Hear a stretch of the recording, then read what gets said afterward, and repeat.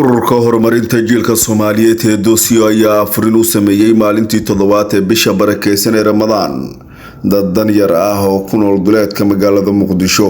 afayeenka ururka horumarinta jiilka Soomaaliyeed ee doosiyo Mudan Cabdiraxmaan Sayid Cali ayaa hogaaminayay barnaamijka afurinta maalinta toddobaad ee bisha barakeysan ee Ramadaan. afayeenka ururka horumarinta jiilka Soomaaliyeed ee doosiyo sidoo kale waxa uu xusay in dalka ay ka jirto abaaro isla markaana saameysay bulshada qeybaheeda kala duwan, muhiimna ay tahay in dadka danta yar loo gargaaro. maanta ay tahay toddobada bisha Ramadaan waxaan oo afurin u sameynay dadka barkacyaasha ah ee duleedka magaalada Muqdisho.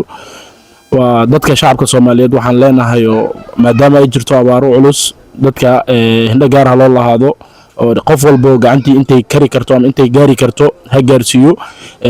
xaalado culus ah jiro dalkan abaaro daran ka jirto. ururka horumarinta jiilka Soomaaliyeed ee doosiyo ahaan waxaan sameynaa bishii oo dhan afurin, marka insha Allah dhammaan shacabka Soomaaliyeed waxaan leeyahay shacab iyo dawladba inay u sameeyaan afurin dadka. sidoo kale afayeenka ururka horumarinta jiilka Soomaaliyeed ee doosiyo ayaa waxa uu intaasi ku daray hadalkiisa in ururka horumarinta jiilka Soomaaliyeed ee doosiyo kaalin mugleh uu ka qaadan doono u gargaaridda dadka baahiyaha gaarka ah qaba. Cabdulqaadir Xasan Barrow, ururka doosiyo, duleedka Muqdisho.